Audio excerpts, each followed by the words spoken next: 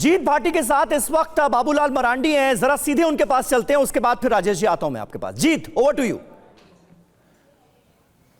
बिल्कुल मरांडी जी हैं, और क्या मैं अगले भावी मुख्यमंत्री के साथ खड़ा हूं? देखिए, मैंने बार बार कहा है कि भाई मैं उसके रेस में नहीं हूँ।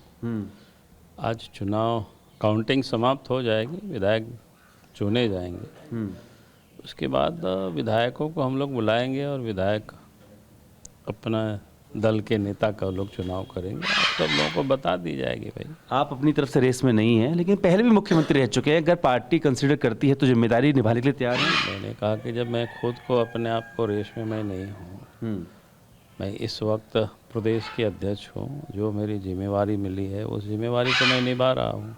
क्या आकलन है? मैं आपसे कहूँगा, नहीं, हमारा आकलन बिल्कुल सही है। कितने? हम सब लोगों ने कार्यकर्ता से तो मैं सीएम पद की रेस में नहीं हूं, ये कह रहे हैं बाबूलाल मरांडी। राजेश जी, आपसे सवाल था, जिस तरह से घुसपैठियों के मुद्दे को इस बार बीजेपी ने उठाया, बदलती हुई डेमोग्राफी के मुद्दे को उठाया गया, उसका ज्यादा असर आप देख रहे हैं, या फिर उधर हेमंत सोरेन की कई खास करके महिलाओं के लिए लाई गई बड़ी योजनाएं जिनका कहा जा रहा है कि बड़ा असर होगा, कैसे देख रहे हैं आप इस बार?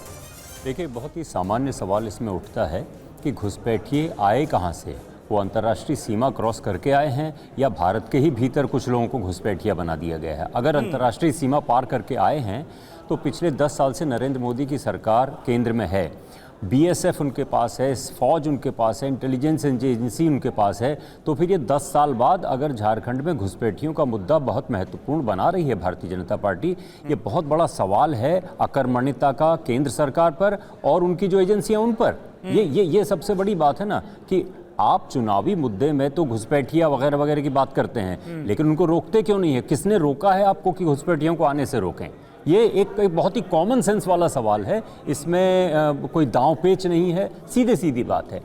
कुल मिला के मुद्दा ये है कि भारतीय जनता पार्टी के पास एक टेम्पलेट है पूरे भारत का और अलग अलग राज्यों का। उस टेम्पलेट में कास्ट भी है, उस टेम्पलेट में रिलीजन भी है, तो उसके हिसाब से काम कर रही है। ठीक है हर्षवर्धन जी, एक सवाल और आपसे। महाराष्ट्र का जहां तक सवाल है, 59% वोटिंग महिला वोटर्स ने की थी 2019 में। इस बार यह आंकड़ा बढ़ा है, इस बार का जो आंकड़ा है वो 65% का है। महिलाओं ने बढ़ चढ़कर महाराष्ट्र में हिस्सा लिया है इस बार वोटिंग में। यह क्या बता रहा है?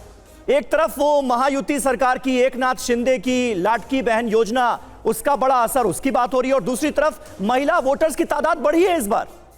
समीर जी, सबसे पहले तो ये कि अगर महिलाओं की सहभागिता बढ़ रही है तो ये लोकतंत्र के लिए बहुत सुखद है। और सिर्फ सहभागिता नहीं बढ़ी है, स्वतंत्र सहभागिता बढ़ी है। इसको थोड़ा डिफरेंशिएट इस तरह से करना चाहिए कि पहले महिलाओं का जो भी वोट था, पहले कम वोट करती थी, उसमें भी उनके पति, उनके पिता, उनके भाई, मतलब एक तरह से पुरुष जैसा तय कर लेता था परिवार में, वो हो जाता था। पिछले 1.5-2 दशक में महिलाओं ने अपनी आवाज अपने तरीके से सुनानी शुरू की है। कई राज्यों में जो जनादेश पूरी तरह से बदला है, और इसको हम और पीछे जाएं, नीतीश कुमार को भले ही किसी तरह से कहें, लेकिन जो उन्होंने महिलाओं के लिए, बच्चियों के लिए साइकिल बांटी, जो वो बच्चियां बड़ी हुई तो उनको लगा कि इंटर के बाद इंटर के, और वो सिर्फ शिक्षा नहीं बदला, वो जनादेश भी बदलता है। जब हम कह रहे हैं कि उज्ज्वला कैसे स्कीम काम करती है, तो वहां भी महिलाएं सामने आती हैं। और अभी अलग अलग राज्यों में, मध्य प्रदेश में लाडली बहन थी, यहाँ लाडकी बहन की जा रही है, और झारखंड में भी जो मैया सम्मान योजना हेमंत सोरेन सरकार की है, वो भी बहुत प्रभावी बताई जा रही है। तो इसको दोनों तरह से देखना चाहिए। बिल्कुल, तो वो खुद अपनी वॉइस कर रही हैं, और दूसरा उनको अगर सीधे कुछ लाभ मिल रहा है। लेकिन